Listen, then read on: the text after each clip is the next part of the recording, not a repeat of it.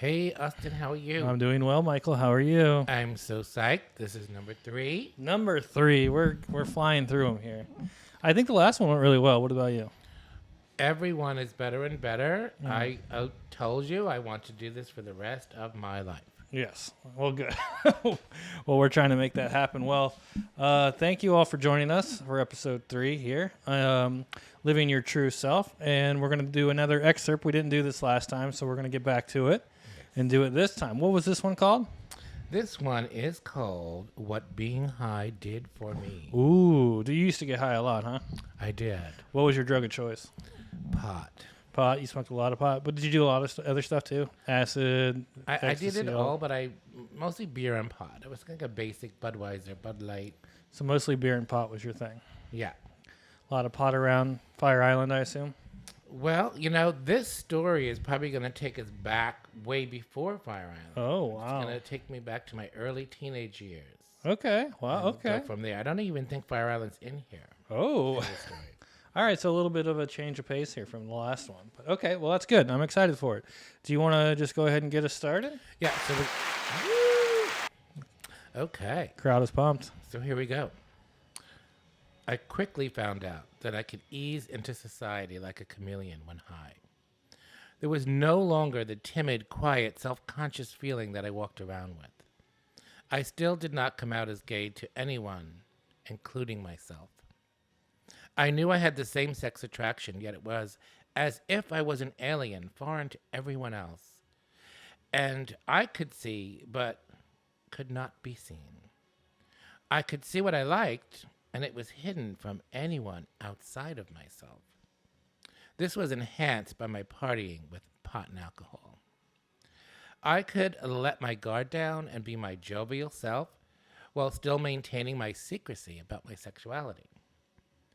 For me, being out as a gay man would not be an option to my psyche until well after high school, and even then it was an emotional roller coaster, navigating my own acceptance. I know this all sounds very laborious, so let me assure you it was a very heavy burden, one that many times I felt I could not bear any longer. By the grace of God, I stayed put in my body. I had a large, extended family in Brooklyn, New York, where we would go quite often, traveling the 1-hour drive along the Southern State Parkway on Long Island, as it turned into the Belt Parkway as we entered into the New York City limits. I had a very idyllic Italian immigrant family with lots of unconditional love. As a child in Bath Beach, which is right next to the Bensonhurst section of Brooklyn, very famous, I believe that this is what instilled in me the power to not let society's attitudes towards gay people take me out. As difficult as it was to grow up in a closeted gay boy, my familial bonds were always in my heart and soul. I can see how someone without a firm foundation and at least one person during their formative childhood years could lose all hope. As I came into my teenage years and early 20s, my grandparents passed away.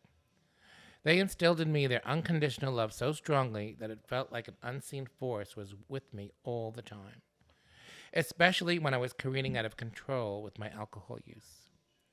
I recall a spiritual experience related to this.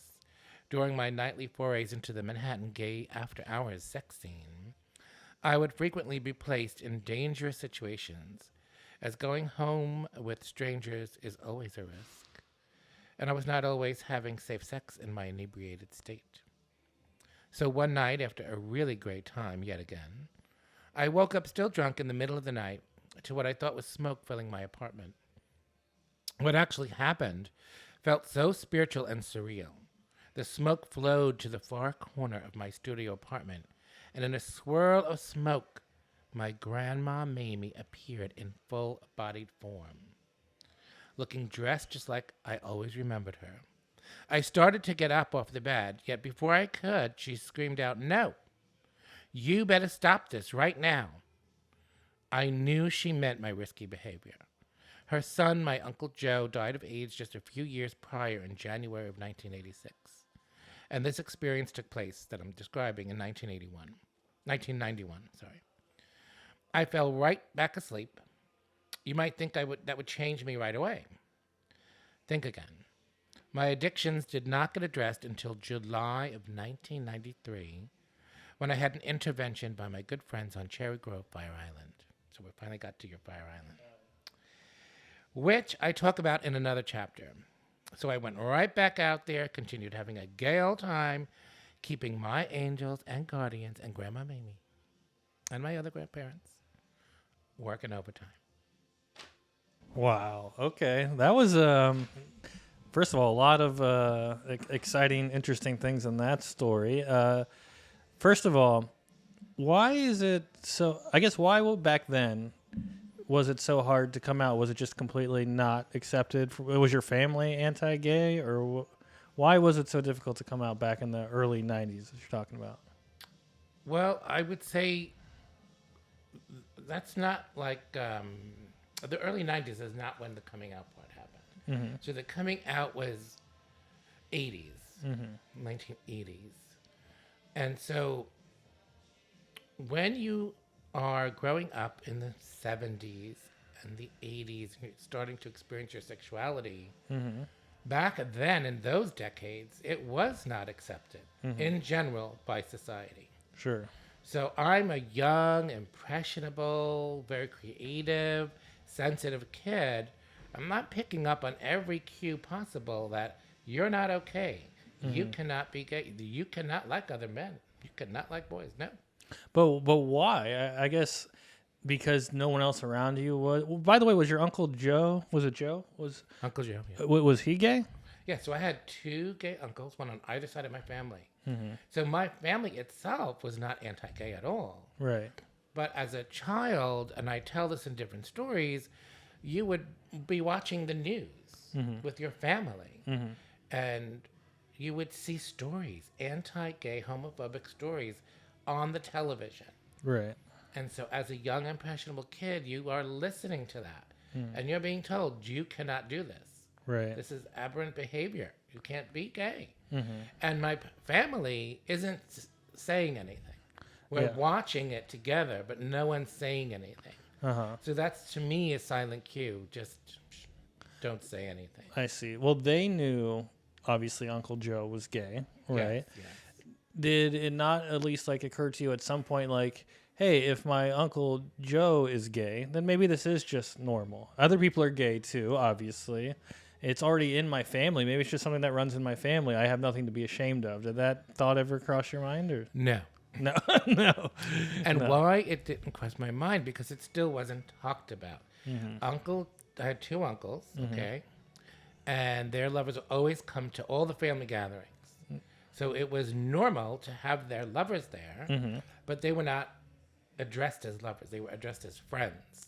Oh. So everything was on the down low. Got it. So like I was a child, now the adults knew what was going down. I was just questioning. I was just sitting there going, something's different, but I was never told what it was. Right. But I knew. But the subtle cue is, don't talk about it. Yeah. Don't say anything.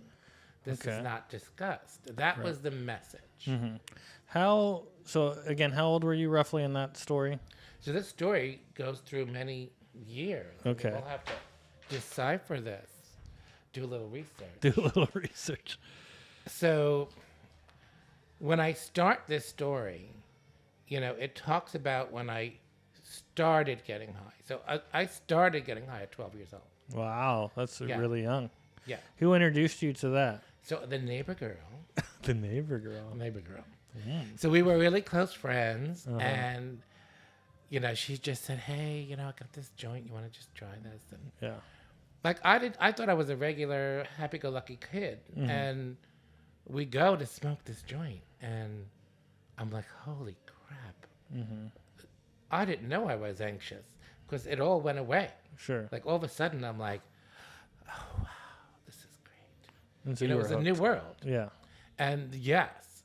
So the the anxieties that develop from not being your true authentic self, being a young gay boy, you must not speak about it. Being your sexuality is at the core of who you are. Sure. And so the rest of society can just come out and just develop normally. Right. But here I am stifling that.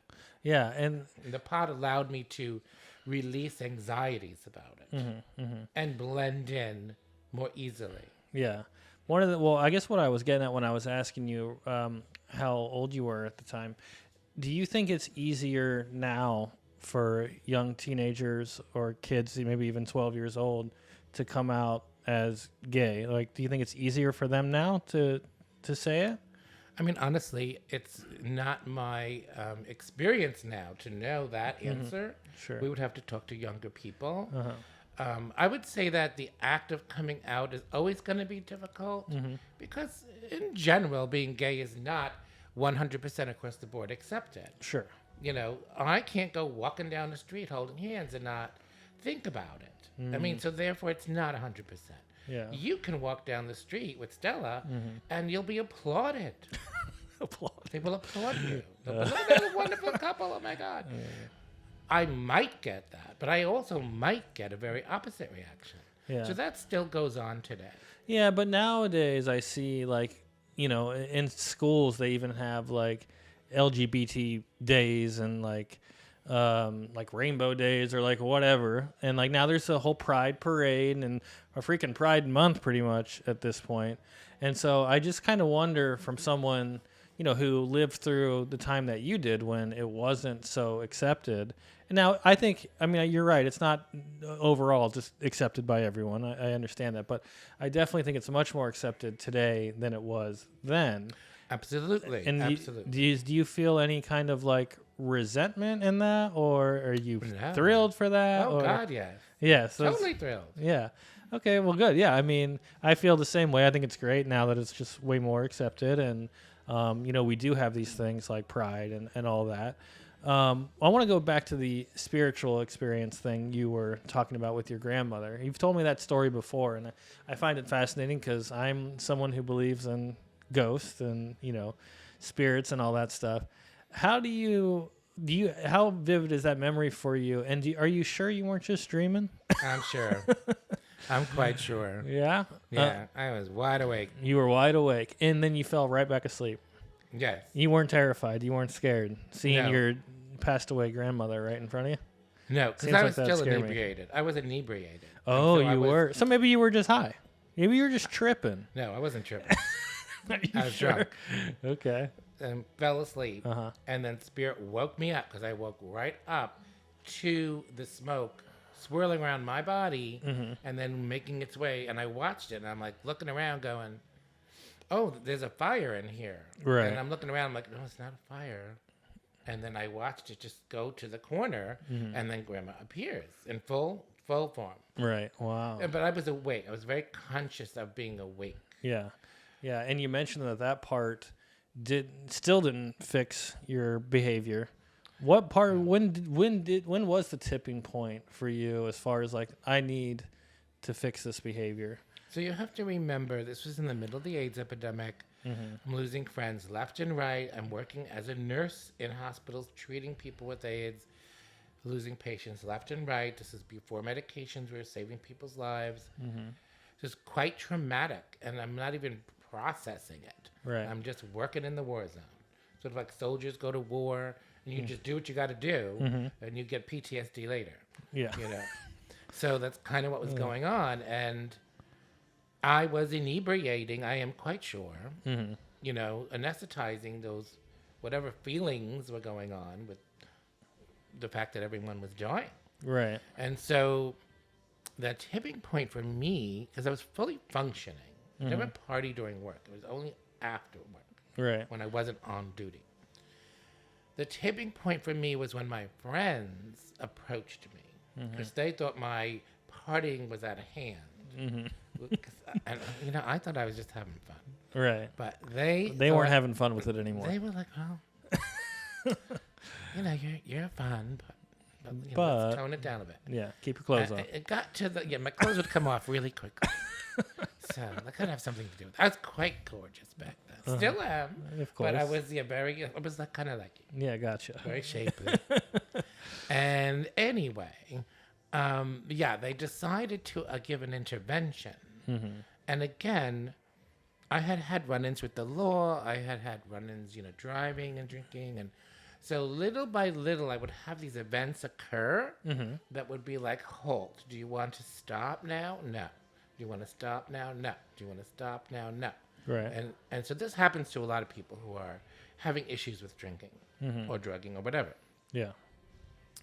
And so it takes what it takes for you to just say, I want a different life. Right.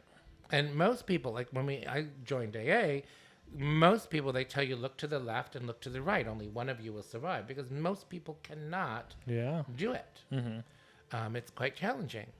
And so it took me multiple run-ins and events. And then finally, when my beautiful, beautiful friends, people I grew up with, very close, some of them drinkers, some not, all approached me on the beach and said, we love you, and, it's just out of hand, and we want you to go to this meeting right now. And I literally just said, okay. Wow. And that was the end of that. And I never had another drink. Would you say, so did that intervention save your life, would you say? It absolutely did. Because, the toll of alcohol and drugs on your body, number one, and that's why I stopped at 30 years old. I'm 61 now, so I've been free of that for that many years. And so that there's a toll of that. And then also risky behavior. You're out there, you're inebriated. You don't know what you're doing. Right. Having unsafe sex. You don't know what's happening.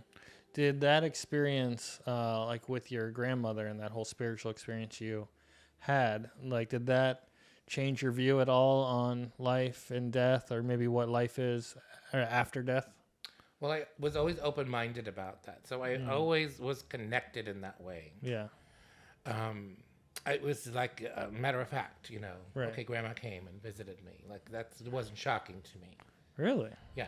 So that it's crazy to me that you're just so nonchalant about that experience. Like, it's, oh yeah, Grandma popped up in a bunch of smoke, and then she went away, and I just fell back in bed and went partying the next day. No big deal.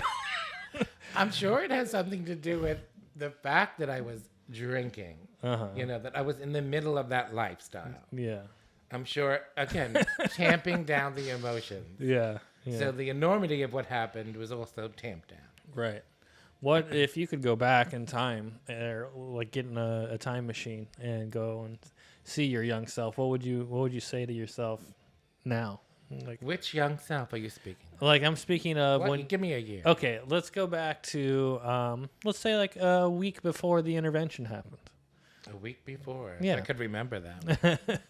Okay, a week before the intervention. Yeah, or one of those wild, crazy nights. 1993. Okay, 1993, one of those wild, crazy nights you're out having, and you, as yourself now, walk into that bar and you see young Michael standing across the bar, getting hit on by some, other Leatherman. guy. Yeah, Leatherman, right, exactly. And you see young Michael start to walk out towards the door with Leatherman to that taxi cab. What are you going to say? Have a great time, honey. Guess it's going to be good. Oh, it's my gonna goodness. be good. Oh, my goodness. And seriously, you cannot tell anyone that they cannot do something. Yeah. They have to come to their own conclusion. I was told not to drink and drug and all this many times by many people, by the law, Yeah. by a nun. My counselor was a nun. My court-appointed counselor was a nun. I used to lie to her face.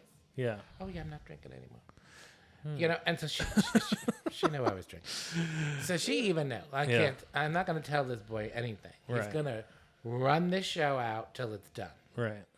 And we know that. We know, everybody knows this. Anyone in the addiction world knows that you cannot tell anyone to do anything. They must come to that conclusion. I can be a light for those people, but I cannot take them by the hand and bring them. Right. That makes sense. When you did finally come out to your parents, did they know right away? I mean, were they kind of like, yeah, Michael, we know. So you're dancing around in your bedroom every night. I'll tell you a funny story. So I was a little tiny baby, and it's on film. When I'm really famous, we'll put it up. But so I'm a little baby, and there's these little Tinker toy tool sets. Yep. And they have me waddling up to the tool set and I pick up a hammer. I look at it like what is this? And I throw it at them and I run in the other direction. So it's stereotypical. You know, although there are some butch macho gays, you know.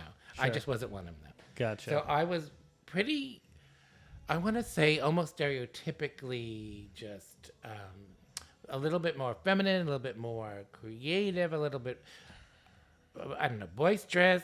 I think it was obvious that I was a gay boy. Most people said that they knew long ago. Sure. I have talked to my uncles, and they said, "Oh yeah, we knew. Yeah. We knew a long time ago." Well, what was it like telling them officially coming out and saying it? So, believe it or not, it was still weird.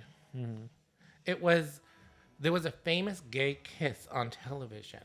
I think it was Michael Ontkean. In one of these stories that was on the television, it was a big deal. The first male-on-male kiss on national television in the evening, you know, not in the middle of the night.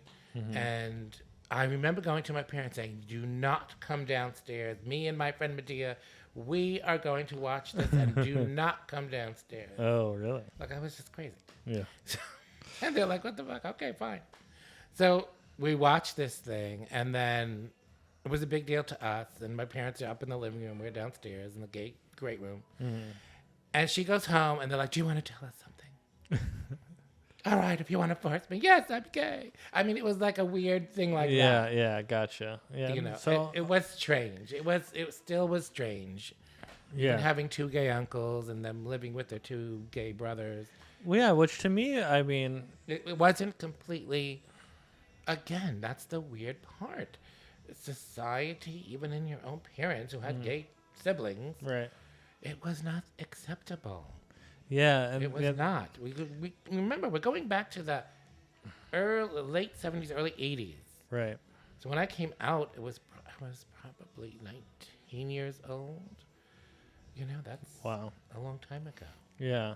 Yeah, it is just kind of like I would almost think like compared to maybe a lot of other families, like you almost had it easy. Like I definitely did. Because Yeah. other families threw people out, beat the crap out of Sure. them, put them in institutions. right.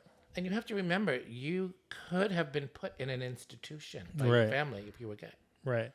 They That's They crazy. could lock you in a psychiatric hospital. They didn't deem being gay a non-psychiatric event until like 1973. So I was still really? a Was it boy. that I late? was 10 years old. At 10 years old, I knew I was gay. Right. And it was deemed a mental illness. Up to that point, they could have put me and locked me into an institution. I remember I think you told me the story that you first realized it when you and a bunch of other boys were looking at Playboy. Yeah, you guys were, snuck out a bunch of Playboys somewhere or whatever, and you were realizing kind of like, am I getting the story right? That like, I wasn't so interested in the girls. I was more interested in watching them look at the Playboys. Yeah, got it right. Is that kind of when you first That's it started part of- clicking well, for it you? clicked way before. Click way before that. Okay. Yeah, that was but so it was Clicked when you always- threw that hammer. Yes, probably. Yeah. So that's the point I'm trying to make here is even all through your childhood, you're dousing your flame. You're, no pun intended. You're just not allowed to be who you are. Yeah. You're not allowed. You cannot be yourself. That's very crushing. Yeah. So especially if you are a sensitive kid, which I was. Yeah. I still am. So yeah. Well, I can speak for everyone that we're glad you found acceptance in yourself because we all love the Here we are. person that you are. Yeah. And that would be, it would just suck if you were to hold that in your whole life. And, you can't live that way. But I think people do, though. I still think people do it to this day. I still think there's people in every age bracket that cannot accept who they are, yeah. despite the trends of more positivity. Because even now we have, if you turn on the news, there's still anti-gay issues coming up on the news. So for a young person to see that, it's scary. Right. They don't know what to think. Right. Would you have any advice for that person that's still struggling with it? I mean, obviously if you do finally just admit who you are and come out and, you know, I assume it's a sense of freedom, you know, to just finally be yourself. But Huge. yeah. But what would you say to a person that's still struggling with that? You have to find somebody who you can trust, who can be your confidant, who you can lean on Yeah. and open up to. You can't just tell anybody because you don't know how they're going to be. Right. But, find that person in your life Mm-hmm. that you can be your trusted advisor. Hey. So, well, thanks for sitting with me again and doing this today. Oh, thank you, Austin. It's You're amazing. my pleasure. I'm enjoying the conversations. What are you hoping to get out of this podcast? What is kind of your goal behind it, or what do you want people who are listening to it take from it? Yeah, so it's just sharing your story. Mm-hmm. People want to hear other people's stories. So if I can share pieces of my life and they affect and touch other people for the positive, Yeah. that's what I want to do. I have been sharing these stories my whole life. Mm-hmm. And everybody wants to hear more and more and more. So it's not like, oh, I just decided I'm such a good story, I'm going to go talk about it. Mm-hmm. I've been telling these stories since I could, Mm-hmm. since they were happening. I just have a kind of a storytelling gift. And this was my goal, was to write a book, which I have, and it's going to be published shortly. And also, this is another venue to get those stories out. Yeah. And the goal would be by sharing, I am making a positive impact on people who I don't even know who they are. Yeah. They're somewhere out in the internet somewhere. Yeah. It Gotcha. could be in another country. I love you that. know, Yeah. You and never so know. You never know. You don't know who you're reaching, and that's the goal. Well, how do people right now, if they want to read some of your other excerpts from your book, where do they find that? How do we get a hold of it? So they go on substack.com, Mm-hmm. SUBSTACK, substack.com, and then you look up Michael Pino, MICHAEL, P as in Peter, I, N as in Nancy, O, and the number 2. No spaces. Love And it. then you could read the excerpts. I love it. I love it. Well, great. Thank Well, you, thank thank you you. again for doing this. And Thank yeah, you. we'll see you guys in the next episode. I believe in doing it every 2 weeks. Every other week, you can find a new episode. So stay tuned.